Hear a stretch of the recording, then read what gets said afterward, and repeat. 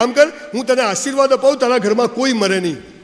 તારા 70 વર્ષના પપ્પા મમ્મી, એના 100 વર્ષના પપ્પા મમ્મી, એના 150 વર્ષના પપ્પા મમ્મી, એના બસ તારા ઘરમાં 70-80 પપ્પા મમ્મીઓ પડ્યા હોય. ના ના કે તો છો ગયા કે જન્મ અને મરણ વિરોધી નથી, પૂરક છે. જન્મ પૂરો થાય ત્યાં મૃત્યુ શરૂ થાય, અને જેવું મૃત્યુ પૂરું થાય જન્મ શરૂ થાય. સાહેબ, આપણે મૃત્યુને પણ ઉત્સવ મનાવવાનો. ઘરમાં કોઈ મરી જાય ને તો બેન્ડ વાજા બોલાવાના. આપણે એ નોટ છીએ કે ચલો નવો જન્મ મળે છે, નવી દુનિયામાં જાય છે. હાલા કોઈ બી મરી જાય ને તો શું લખે ખબર? સ્વર્ગસ્થ. સાલા કોઈ નરકમાં જતું જ નહીં. ગમે તેવું ઉઠણ મરી જાય ને ગામનું કરીને સ્વર્ગસ્થ મગનભાઈ ગુજરાત દેવલોક પામ્યા છે. સાલા દેવ તો એવી લાતો મારશે ને કે તું યાદ કરી જશે સાલા.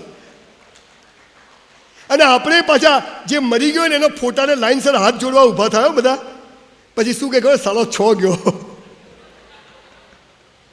સાલા ફોટાને છે ને હાથ જોડવાના હોય, પણ બધા જોડે તો આપણે બી જોડવા પડે.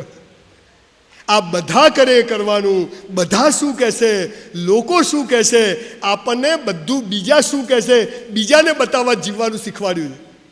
તમે જોજો, તમે હમણાં એ પ્રોગ્રામમાં આવવાના હતા ને તો નક્કી કર્યું કે જવું છે, એટલે તરત કબાટ ખોલ્યું.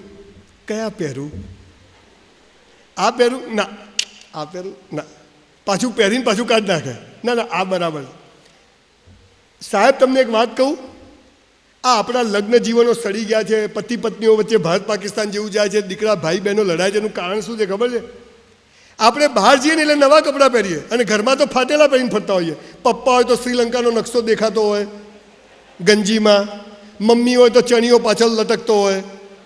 ઘરમાં તો કામવાળી કઈ ઘરવાળી કઈ ખબર ના પડે, ઘણી વાર લોચો થઈ જાય. કેમ કે ઘરવાળીનો ગાઉન પહેરી કામવાળી ફરતી હોય. અને બહાર જાય એટલે નવા કપડાં.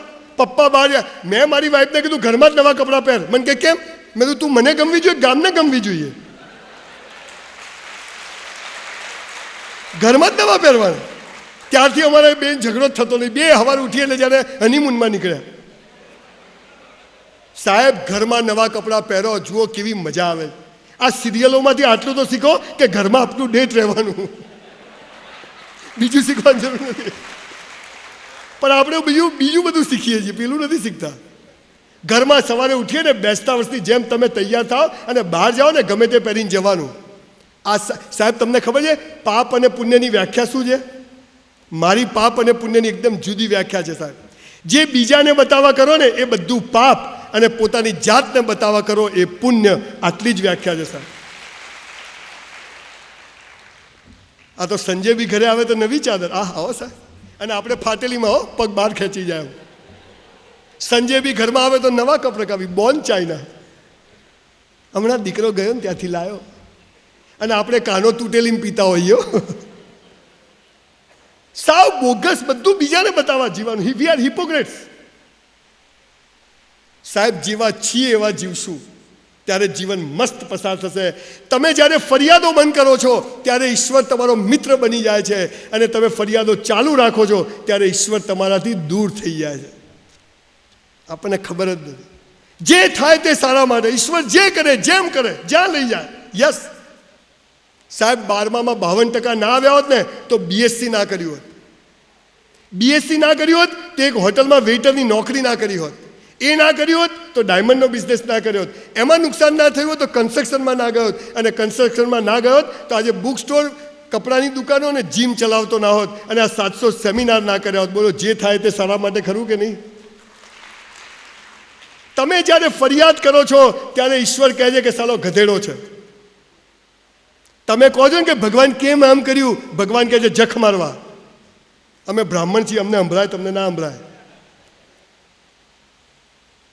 અડધો દાંત વાળો બ્રાહ્મણ હોય, આ નડે છે, પેલું નડે, હાલા તું જ નડે છે. મને ઘણા કે બ્રાહ્મણોને પૂજા કરવા બોલાવવા પડે ને આમ કરવું પડે ને લગ્ન કરવા બોલાવવા પડે. જખ મારવા બોલાવો છો?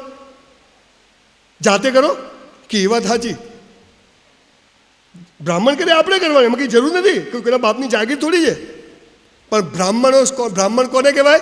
જે બ્રહ્મનો ફેલાવો કરે, જ્ઞાનનો ફેલાવો કરે. અને એટલે કોઈ પણ વાર્તાઓ ને એમાં લખેલું હોય કે એક દરિદ્ર બ્રાહ્મણ હતો. કોઈ બી વાત આવે તો એક ગરીબ બ્રાહ્મણ હતો, મને મળે જ ખબર પડે કે એને ગરીબ કોને કહેવાય. મૂળ વાત શું છે કે આપણે આપણો ધર્મ ચૂકી ગયા, આપણી સભ્યતા ચૂકી ગયા, આપણી સંસ્કૃતિ ભૂલી ગયા, આપણા સંસ્કારો ભૂલી ગયા. અને એટલે વિવેકાનંદ જ્યારે શિકાગોની ધર્મ પરિષદમાંથી બહાર નીકળ્યા ત્યારે અંગ્રેજોએ પૂછ્યું કે શું બાવા જેવા કપડાં પહેર્યા છે, જરા આમ સૂટ બૂટ પહેરે, પર્સનાલિટી પડે. ત્યારે વિવેકાનંદે શું કહ્યું ખબર છે કે તમારા દેશમાં તમારા કપડાં અને જૂતા તમારી પર્સનાલિટી નક્કી કરે છે, મારા દેશમાં મારા સંસ્કારો અને મારી સંસ્કૃતિ મારી પર્સનાલિટી નક્કી કરે. આપણે એ દેશના લોકો છીએ. અમારે તો શું છે, કોઈ સપોર્ટ નથી ને. તને સારા ધીરુભાઈ અંબાણી સપોર્ટ કરે ને, તું એને ભિખારી કરે. તું એવી પ્રજા છે, તારે સપોર્ટ જોઈતો જ નથી. કરવું કશું નથી, ખબર કશું નથી, બીજા જોડે